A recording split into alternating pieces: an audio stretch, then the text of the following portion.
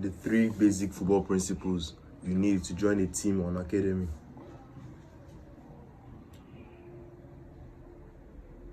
I started playing football at the age of 11, and I was playing strictly in school and at home for a while, and training on my own, doing countries and things like that. Before I realized that doing that would take me nowhere, and I actually had to join a team before I could make it. So I was telling my mom about joining an academy, and I was checking online for famous academies in Ibadan, like Pepsi Football Academy, Midas Football Academy, and other academies like that. So we did a lot of searching, but we didn't actually take action until during election day. My mom went to an estate that is close to our area, not really close, but it's close to our area, and she found out that there's a team that usually does training on a football field in that estate, and she made inquiries about it. So one day on our way back from school, I told her to branch at the place so that we could make inquiries, and they told us what to take for me to join the team. And I had to do like a trial match, a trial training with them to see whether I was capable of joining the senior team. So after making that inquiry, the next training session, we went there, and my mom dropped me off. And I was already nervous, I was scared. But I knew that I had learned the 3 basic principles that would help me thrive in that type of environment. And at the end of the training, the coach asked the players to judge my performance, and we were also surprised, and they applauded my performances because they did not know I could be that good for a person that's only played in school before. So now I want to teach you the 3 basic principles that you can also use to join a football academy or a team. And you might be wondering that why do I need to join an academy or a team? And the reality is that football is not a one-man sport. You cannot go anywhere without the help of others. In a team or an environment, imagine a scout wants to come and watch. Maybe a scout wants to come and take you to Germany now to come and play for Bayern Munich. Can he come to your house and start seeing you, and you now use your individual training to judge and take you to somewhere? No. He has to see you in a team.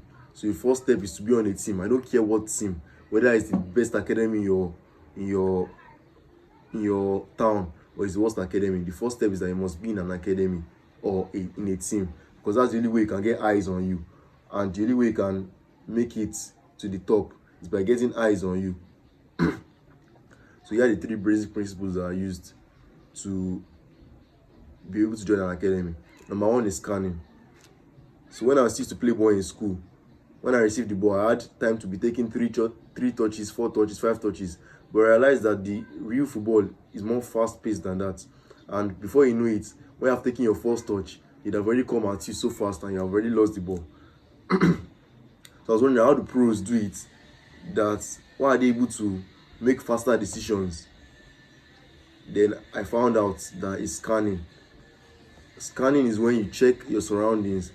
So if you notice, if you watch football very well, you notice that especially midfielders, they check their surroundings to see where their teammates are, where their opponents are, where the space is. They are constantly scanning. And I've noticed that the best players in the world, the better they are, the more they scan. And the way you can find this out is just go and watch a full game on TV. Just go and watch a full game and notice the players. They're constantly scanning, checking their surroundings, communicating. When they scan and they see that there's space, they'll be like, they can tell their teammates to come to the space, or they can move to the space themselves. They can scan beforehand and see that a defender is on them. So all they have to do is play the ball back in one touch, because they don't have time and space to receive the ball. So scanning is the basics of scanning is to be able to check your surroundings and see whether you have time and space on the ball. So scanning has levels to it, and you progressively overload. When I first started scanning, it was very manual, and I had to be calculating one by one that my teammate is here, my opponent is here, my this is here, my this is here. And it actually worked for me at the beginning. But the higher the level and the more you scan, the better you become at scanning. So my first tip for you to be able to practice scanning is by playing more small-sided games, playing sets, playing aside, having fun with your friends. But now apply scanning. Is as simple as that. I don't want you to go and be going online to be buying all these gadgets, all these simulators that don't replicate the real game. They might replicate the real game, but you're putting radiation on your head that is frying your brain. That one is a story for another day. But it's as simple as just going out, playing as much football as possible, and implementing what you want to implement. And in this case, it's scanning. So that's how I actually developed my scanning. First, from normal basic passing, ball and wall passing. And ball and wall passing is the number one training that all footballers should be doing. So from that ball and wall work, that's when I started implementing scanning. So I'll pass the ball to the wall, quickly scan, imagine a defender is coming, and do a first touch, and it's match realistic. So I was imagining I was in a match, pass the ball to the wall, scan, and then do a turn, play it back in one touch. And then the next step, and the one that can help you the most, you have to play more small-sided games. So when you're playing your small-sided games, you start scanning in small-sided games, checking your shoulder. And a very important tip here, but I don't think you should think about this too much, is that when pro footballers scan, the best scanners, when their teammate is touching the ball, their eyes are fixated on the ball. But when the ball is moving, maybe their teammate has taken a touch and the ball is out of their feet, that is when they are scanning. Because when the ball is already out of their feet, you cannot change direction. But when the ball is on your teammate's feet, that's when you can change direction. You have to keep your eyes on the ball. Because that was the problem I had with scanning when I used to scan. When I started scanning back in the day, is that sometimes I will scan and I'll lose sight of the ball and miscontrol the ball because I don't have my eyes on the ball. So you have to find a balance. When the ball is moving, then you can take your eyes off it because you cannot change direction all of a sudden. But when the ball is at the feet of your teammate, you have to look at the ball to be able to receive the ball and calculate the trajectory and everything like that. So that's the first basic principle, scanning. The second basic principle is your first touch. I'll not go very far on this. Pros have impeccable first touch. When I was still playing in secondary school, I could get away with a heavy first touch, or a first touch that was not that good. But at even the ordinary my town, not even Premier League level, ordinary my town level, if your first touch is just not good enough, you cannot survive, because that's what's going to set you up for everything. Like when I was in school now, before I received the ball, I could take like 3 touches to set myself up for a dribble. But yeah, your first touch must be what you used to even beat the defender in the first place. So the first step I can give you to improving your first touch is watch full matches. Watch how players receive the ball. Watch how they scan, how they receive the ball with their first touch, how they dribble somebody with their first touch, how they shoot the ball with their first touch, and then go out and use a ball and a wall. I cannot emphasize enough on this. Ball and wall is the secret to improving your first touch.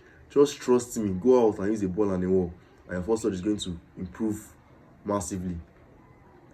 And then the last principle for today's video is athleticism. And I know that you might think that athleticism is about how many press-ups you can do, how many push-ups you can do, how many bench presses you can do, how many weights you can lift, but that's not athleticism at all. Gym strength does not coordinate to real strength, and I learned this in the hard way, because when I wanted to improve my athleticism, I went to YouTube to check, and I saw that they said that footballers can do body weight exercise and also some gym work. But at that time, I don't have enough money, or I never knew where a gym was in the first place that's close to my area. So I started doing body weight exercises, and I realized that I got stiffer and more robotic, and football became harder for me. I was not flexible, I was not fluid. And that's when I discovered fascia. And fascia is a connective tissue that connects all our muscles, bones, tendons, and nerves. And it makes us, it also improves our proprioception, because it has more 10 times more sensors than muscles. So fascia is the way to go. And if you want the guide on how to train your fascia, then click the link in my description to get my average to pro baller course in 30 days. And it also involves training principles, diet guide, game IQ guide, and other things like that. Thanks for watching. Bye.